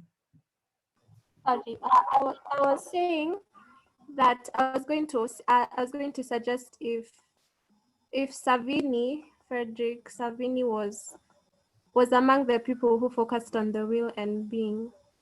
Well, I don't know if the will. I don't know if the will. Very sure, because he was against the codification. Yeah. Well, we will see Savigny, but I think that probably you have some reason. Yeah. Joy. But before you move to Joy, sorry, I have a question. When Yeah. you say that, when you say that Karl focused on the being, Karl the realist. When I checked back on my notes, we had said that. Sorry, just 1 minute. When I check on my notes, it's Karl, written. Oliver It's Crona. written that we say. No, not Oliver. Karl Le something. Just 1 minute. Sorry, let me just gather my thoughts. I'll ask the question later. Yeah, okay, perfect. Or by email or what. Yeah, one more. Joy? I just wanted to ask, does Roscoe Pound fall also in this category? Yeah, probably. Yes, I could agree, more or less. You will see. Okay, let's go ahead a little more, and then we'll see. So, gas the wheel. Which author? It is very clear here, yes. Lisa, yes. I wanted to ask, does Henry Maine fall in this category? More or less. We will see. Yeah, more or less. Well, not in the will. Not because Henry Maine was part of the historical school, and the historical school, the first thing that see is the history, and the history are facts, and the facts are part of the legal of the fourth level, the being. Yeah. Okay. Rosalind, yes. Could it be Napoleon? Who? Sorry. Napoleon. Yes, absolutely right. Yeah, Napoleon Bonaparte. Yeah. Well, okay. Let's see. That is that man, no? Why? Because he said, and all the codification movement, not just Napoleon, but all the codification movement said, what is the law? The law must be in a code. And if there is not, if there is something that not it is in the code, there is nothing in the field of the law. That was the idea. Obviously, nobody believes absolutely in that ideal, but this was. Jeremy Bentham also, for sure you will remember, he said, well, what is common law and private opinion in disguise? A mere opinions of a person, not a superstitious respect for antiquity. What should be the law? Well, the codes, the thing that we should have a code, he said, in England. Incredible, no? His focus on the Britain law, and the Britain law is a decision of the sovereign also. No? Who else we will put here? Jhon Austin. Why Jhon Austin here? Because he said law is based on the idea of sovereign command and sanction. No, there is not sovereign with the power to punish people. There is no law. We need the sovereign that will command something, and if not, and the command, remember, is a decision of the authority. Is the decision of the authority. He said it is tricky. It is tricky. Why it is tricky? Because he called himself as an empiricist. An empiricist probably should have to be with the being, no, with the things that the facts. But at the end of the day, he's talking about only the will of the sovereign, the will of the state, and the will of the authorities. And if you don't obey that, you will have some punishment of the same authority. So that's why I will put here that. And also other authors that talk about the power, all the power, the sort of powers that you can find anywhere are part of the will, are like the next super power man, yeah, for sure you remember Michel Foucalt that talks about that law is some kind of micro power or big power, also we can say, it's an obscure form of domination. Domination have to do with the will, not with the reason. When you convince another that something is good to do, it is not a matter of power. It's a matter of reasoning, because you realize that it could be good, and you are convinced, and you will do that. But he said it's not a matter; it's a matter of power. So, which else I will put here? Let's see. Obviously, as I told you, Hans Kelsen. Hans Kelsen is only focused, remember, in the law. But what is the meaning of the law? As a positive law, as a will of the sovereign. At the end of the day, his life, he said, any will of the sovereign could be norm, good, bad, fair, unfair, just, unjust, any will of the sovereign could be known, and this is the law. You have to remember the principal aim of Hans Kelsen was to construct a pure theory of the law. He said the law, well, it's not all the things that the sociologists are saying and the historical school said in the past that is the law. No. The law is there are two set of rules, one set of rules with coercion and other without coercion.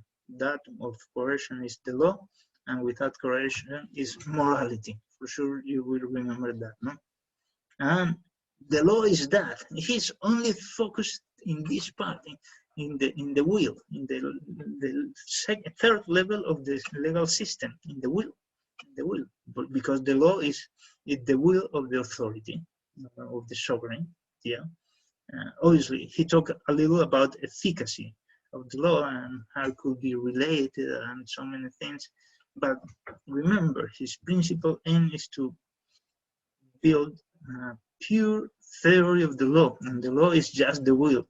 And any other things we have to expel out, to throw away all the things that are not law in the pure theory of law. Could be mentioned, but not as a part of the theory. This is why it is very, very clear.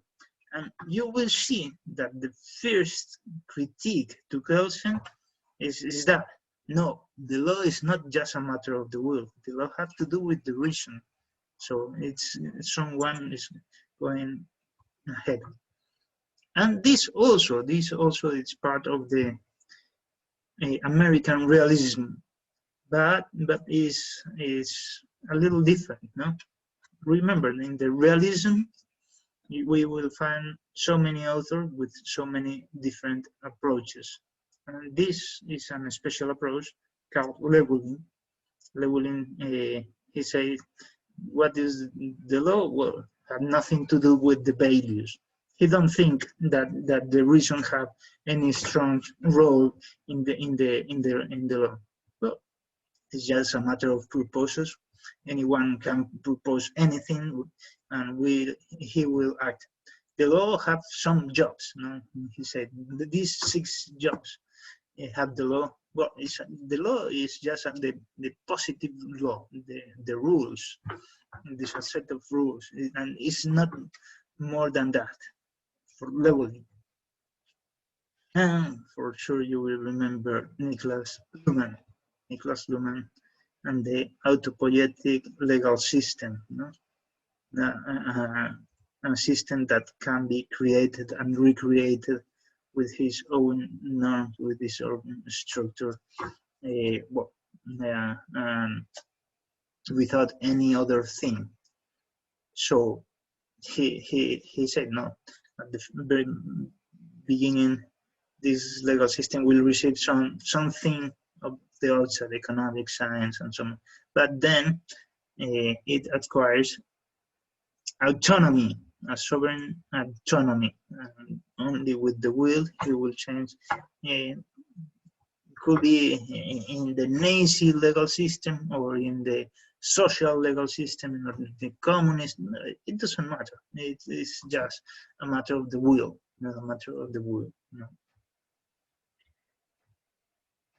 So here, Robert Nozick. Well, I don't know if it fits very well here, but more or less yes. Why? Why?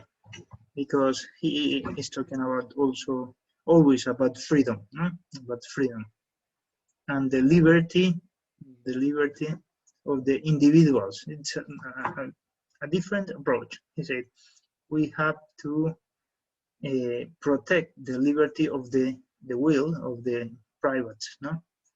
And what is the problem? The will of the sovereign, yeah? If the will of the sovereign is too strong, will destroy the will of the freedom of the people, no? That's why the will of the state, of the sovereign, will be as weak as possible, no? Just to control a little things, the basic things, and then the will of the freedom of the people would be higher. So I will put Robert Nozick here. I don't know if I'm absolutely right with some author, but I'm doing that. No? And now about the knowledge and the will. About the knowledge and the will. So one of you said Hebert Hart. And Hebert Hart is not talking about the being. He's talking about principally it's a critique to the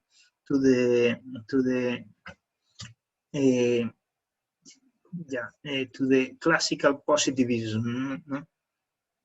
For a critique to Kelsen, especially a critique to Kelsen, no?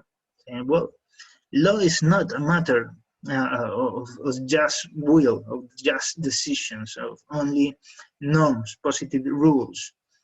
No, it's much more than that, because if in a society nobody recognizes, remember the rule of recognition, no? This positive rule as a rule, it will be not valid, no?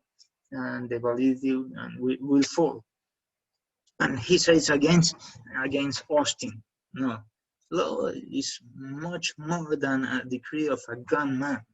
Yeah, it's not just a matter of who have the gun to punish you. No, it's much more. There is some reasons. There is some reasons behind any rule. Yeah, and he tried to develop a little this idea.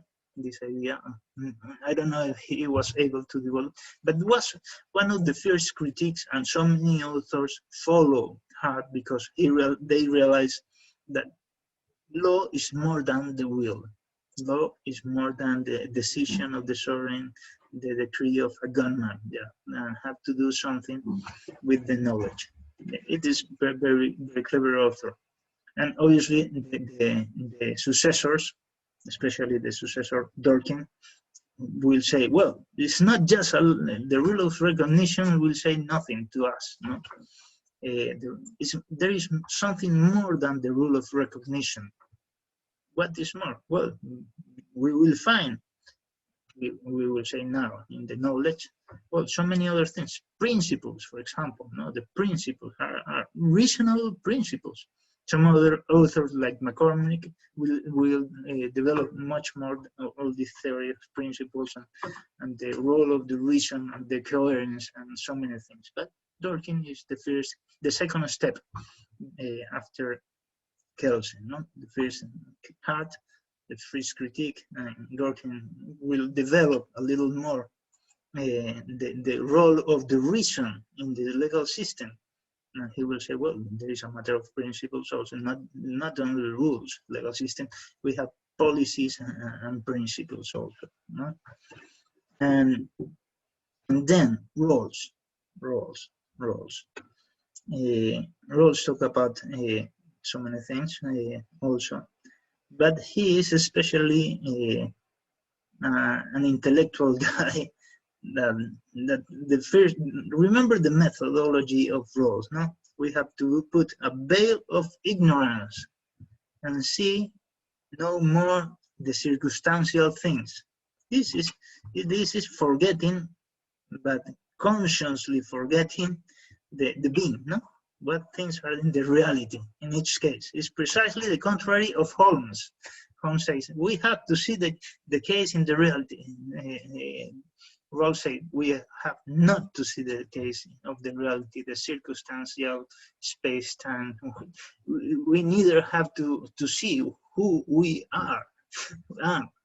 So it's incredible, it's the process. So he is developing by a methodology of the knowledge, which could be and should be the principal rules. That's why I put also here, knowledge and will. Principal rules, what kind of social contract we will make. And at the very beginning, he's speaking especially of a methodology of the knowledge, and second, a social contract, the will, no? The will, the principles, ideas, and the notion of justice, and so on. Each other. And you know, any who speaks only about the knowledge, or kind of knowledge, if we can say that there is some possibility of knowledge. No one of you puts some author in your list here. Well, don't worry. I would say, well, here's an author that talks about the knowledge and the being. That is, some of you, I don't know, it was Sally that called about Savigny, von Savigny, and he talked, probably also he talks about the will, but he's especially focused as his school, no, the historical school of the law. First in the facts of the past. Remember, the being in this level is a thing of facts of the past, no, the realized law, the things that are the facts of the law, no. So, but he also was had in his mind the romantic German movement, the Volksgeist, no, the spirit of the people. No? That is something. Obviously, the spirit is not just in the will; it's especially in our soul, especially in our knowledge, in our traditions, and so on. So, and he was against the codification, because that's why I put Savigny and another part author of this school, Maine, that he was against the social contract, yeah, because he said, no, this is an historical contract, and he said we have to study the history of each legal system, but not only that, and we will see, studying the history, that how the legal system developed itself, well, with creating fictions. For him, the fictions have an incredible role to develop the legal system. That's why, and the fiction obviously are part of the knowledge. No, this is very interesting. And now, which author talks about the knowledge, if we can say that? Some authors, especially Ronald Rawls, first one. Ronald Rawls, for sure you will remember that he was talking about the law as the game of chess. How do you know what is the rule in the game of chess? Just seeing and making a scheme of interpretation. Yeah, it's just a matter of the knowledge. No, how do you understand that it could work? No, the law is just a scheme of interpretation. No. There is no any value, any justice, unjustice. No. This is poor myth. It's just a matter of a scheme of interpretation. And another, well, Derrida, who talks about what a lot, no, a postmodern author that distinguish well the structures inside of ourselves and the things that are outside, and we have to discover the hidden things that are inside of us and to pursue fresh understandings of those things. We can change the rule, the general rule to exception, and the exception to rule. And just temporarily, we will change again in the future to seek fresh understandings. No, he seeks the understandings of the certain deeply hidden philosophical presuppositions and prejudice on the Western culture. At the end of the day, he said, all our knowledge is some presuppositions that we have to destroy. Yeah, well, it's a terrible conclusion, obviously, no? But in any case, he was thinking that law is just a matter of unconscious things and presuppositions, no? And prejudices. Well, I think that these authors are focused especially in this part. They have some reason, but not all the reason, because they didn't see all the legal system at the same time. No? Then we have the reality. The reality, some authors that talk about the reality, I will put here Richard Posner. Why?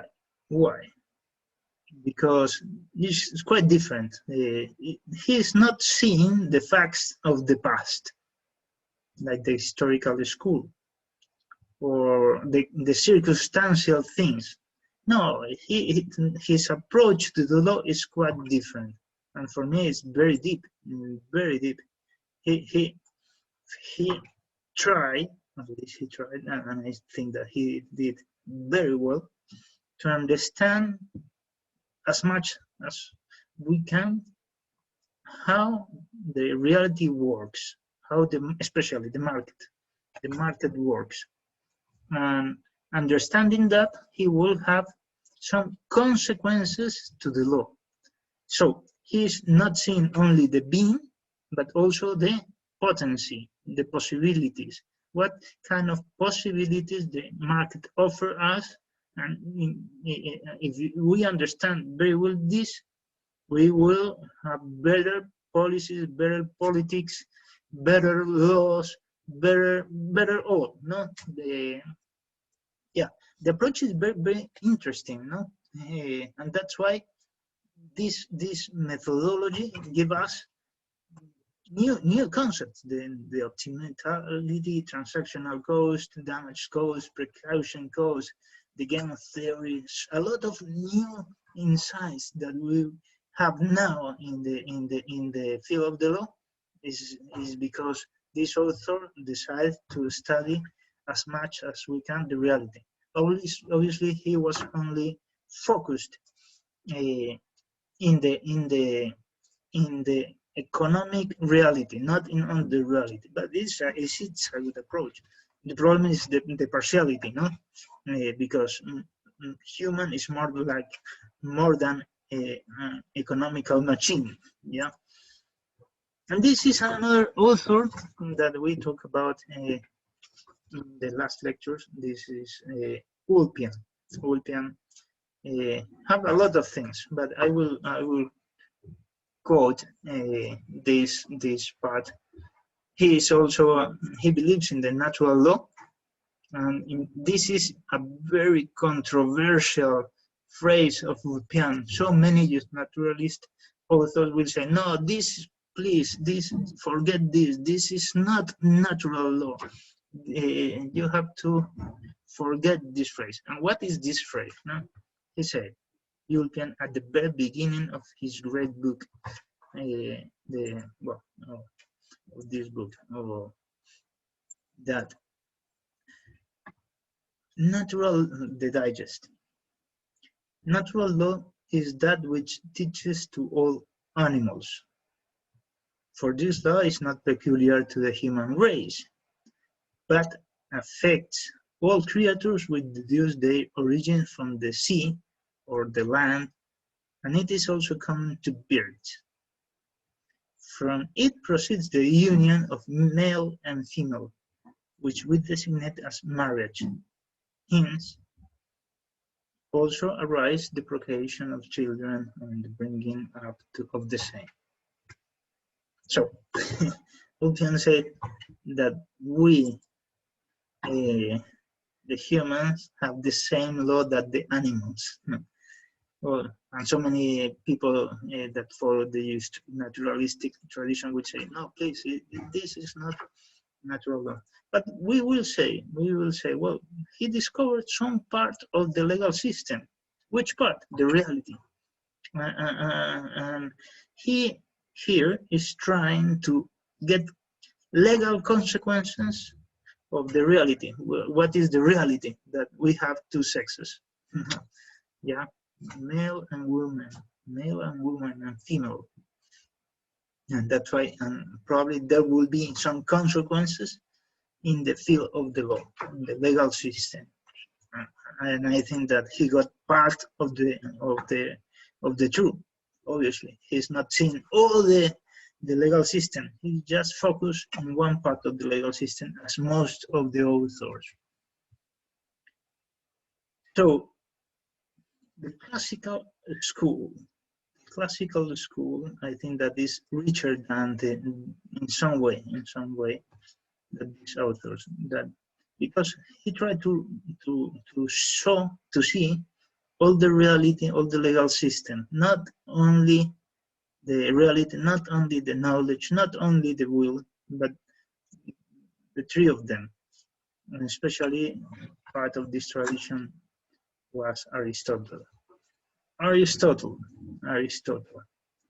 who, I don't know if you recognize in this painting, who is Aristotle? Is the one of the right or the left? Is the ones who have the book.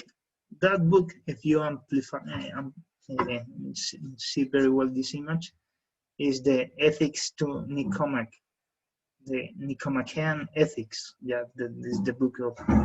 In the left, you will find Plato pointing his finger up because he's thinking in the hyperuranium.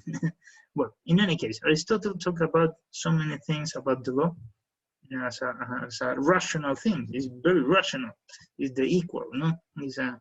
And the equality is rational. We put the equal things in a certain kind of equality. And he talked about also the law as an art. You know, it's an art, and an art of the practical reason. First, we have to understand as much as better the dikaion, the equal, no? Then we will try to realize in the life as much as we can, you know? And to give each other the thing that we have to give, and not to give more, not to give less. He developed also, as I told you in this lecture, the notion of potency, the potency of the intellect. That's why we call now the potency of the intellect and the potency of the will. So he's a great author. I think that he talked about all these three levels of the legal system.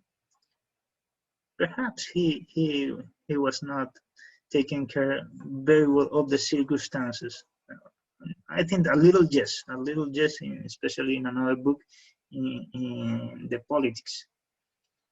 And also, this is a great author that talked so much about so many fields of the law. St. Thomas Aquinas. He developed so much the theory of Aristotle, no?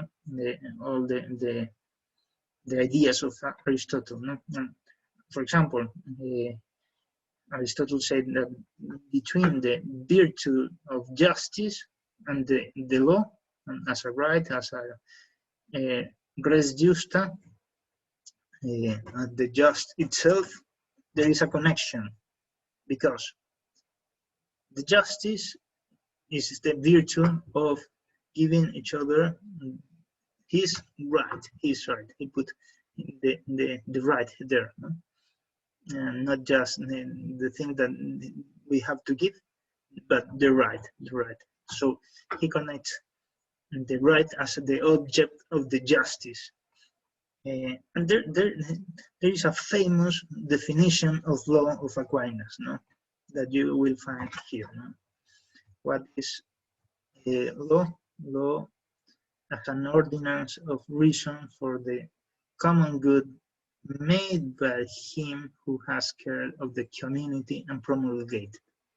We will find here so many elements, great elements. For example, the notion of the reason. The law had to do with the reason. It's an ordinance of the reason first. No, it's very interesting, and have some purpose. No, have some aim. What is the aim? The common good of the society, of the community. No. Who is the agent? The agent is the authority, who has care of the community, the authority, who promulgates the law. It's very, very interesting. And also, he developed the idea of, that in law there should be three parts. Now, the eternal law, that is the law that governs the universe and the people. Natural law, in the biggest notion, they have morality and law and rights there, and the strict notion of natural law that is talking about just only rights. No, there is a lot of, it's a great theory. It's possible to know more, but conclusions and determinations. There is we will talk about next week about this. And also now, re-edition of these theories is one of Finnis, John Finnis. And it is very, very interesting, because he said at the very beginning, we have to take care that there are some basic goods, no? In the reality. People seek these kind of things, seeks to protect life, to have knowledge, to play, aesthetic experience. There are only 7, no? Religion, practical, reasonableness. These goods are at the ends of every human. And the very beginning of his philosophy, he put this as a central part of the philosophy. And he's trying to understand as much as we can the reality, to get from the reality legal consequences, more or less like Posner. But I think that his theory is broader than Posner. No? So then we will have some trialists that are focused not in the reality as at the possibility of the reality, but as a fact, no? As a behavior of human actions. That's why they are focusing their attention only in the facts, in the thing that of the past. We will say, no. For example, and this is the principle of the trialist theory. Bernard Goldmish. Yeah, there's a lot of trialist in South America, not so much in Europe, but there. And he said, law had these three parts: norms, values, knowledge only, and behavior, human nature. Miguel Reale is the most important philosopher of Brazil. He developed the theory of integralist action. He said, law has three dimensions: no? The social facts, the legal norms, and the values. And this is another realist of Germany, Gustav Radbruch. No? We have seen something about him and his phrase, no law can be invariably unjust, very quoted in the Nuremberg trials. Finally, I will put here Roscoe Pound. Roscoe Pound, he said, law is an experience developed by reason. Experience, sorry. The experience is this part of the legal system. And will, obviously, the law. And he distinguished law in the books and law in action. That's why I will put this here. And he was part also of the jurisprudence of conceptions, and well, that's why he developed all the things of rules, principles, conceptions, doctrines, standards. And it's a very well mix of things of knowledge, will, and being. I will put here. Oh, finally, I don't know if you found any kind of author that talks about reality, knowledge, will, and being. All these parts of things. Well, I didn't find. Who could be that author? Well, let's see. Now we can say again, now we have started our journey to develop a complete theory of law. At least the first quest. My student should overcome me.